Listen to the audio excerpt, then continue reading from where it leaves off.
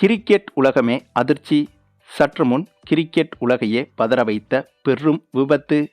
பிரபல ஜாம்பவான் கிரிக்கெட் வீரர் அதிர்ச்சி மரணம். அதாவது இந்தியா இங்கிலாந்து அணிகளுக்கு எதிரான 5 T20 போட்டிகள் மற்றும் 3 ஒருநாள் போட்டிகள் கொண்ட முக்கியமான கிரிக்கெட் தொடர் இந்த மாதம் 22ஆம் தேதி முதல் தொடங்க இருக்கிறது. இதற்கான பயிற்சி போட்டிகளும் தற்போது நடைபெற்று வருகிறது. இந்த நிலையில்தான் அண்மையில் இந்திய அணியின் முன்னாள் ஜாம்பவான் வீரர் கபில் தேவ் பற்றிய ஒரு அதிர்ச்சி செய்தி வெளியானது. அது என்னன்னா, கபில் தேவ் இந்திய அணிக்கு கேப்டனாக வந்ததற்கு பிறகு அப்போது இந்திய அணியில் விளையாடி கொண்டிருந்த யுவராஜ் சிங்கின் தந்தையான யோகராஜ் சிங்கை கபில் தேவ் அதிரடியாக நீக்கியிருந்தார். அதனால் கபில் தேவை சுட்டுக் கொள்வதற்காக துப்பாக்கியை எடுத்துக்கொண்டு கபில் தேவின் ரூமுக்கே சென்றிருக்கிறார் யோகராஜ் சிங். அப்போது கபில் தேவோ அவரது தாயிடம் பேசிக் கொண்டிருந்ததை பார்த்து மனம் மாறிய யோகராஜ் சிங் கபில் தேவை சுட்டுக் கொள்ளாமல் விட்டுவிட்டார். இந்த செய்தியை அண்மையில்தான் வெளிப்படையாக பேசியிருந்தார் இந்த யோகராஜ் சிங். இந்த செய்தி என்பது உலக அளவில் பெரும் சர்ச்சையாக வெடித்தது. இந்த நிலையில்தான் தற்போது இதே போல இன்னொரு சம்பவம் வெளியாகி இருக்கிறது. அது என்னன்னா, சவுத் ஆப்பிரிக்க அணியின் நட்சத்திர வீரரான ஏபி டிவிலியர்ஸ் தற்போது கார் விபத்தில் சிக்கியதாக தகவல்கள் வெளியாகி இருக்கிறது. அதாவது இவர் வந்த கார் திடீரென கட்டுப்பாட்டை இழந்து 4-5 முறை சுழன்று பெரும் விபத்துக்குள்ளானதாக தகவல்கள் வெளியாகி வருகிறது.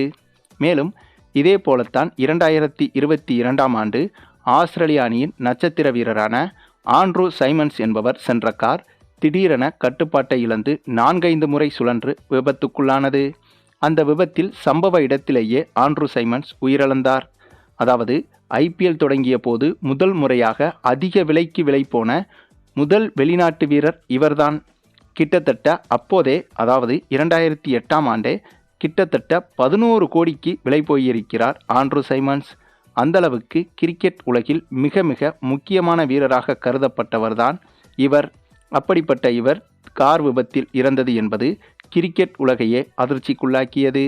இப்போது அதே போல ஏபி டிவிலியர்ஸுக்கும் விபத்து நடந்ததாக கூறப்படுகிறது. ஆனால் இது குறித்த எந்த ஒரு அதிகாரப்பூர்வ தகவலும் தற்போது வரை வெளியாகவில்லை. மேலும் இந்த விபத்தில் உண்மையாகவே ஏபி டிவிலியர்ஸ் சிக்கியிருந்தால் கண்டிப்பாக உயிர் பிழைக்க வாய்ப்பே இல்லை என்றும் சொல்லப்பட்டு வருகிறது. மேலும் ஏபி டிவிலியர்ஸ் என்பவர் சவுத் ஆப்பிரிக்க அணியை சேர்ந்தவராக இருந்தாலும் இந்தியாவுக்கும் மிகவும் முக்கியமானவர். இவருக்கு இந்தியாவிலும் மிகப்பெரிய ரசிகர் பட்டாளம் இருக்கிறது.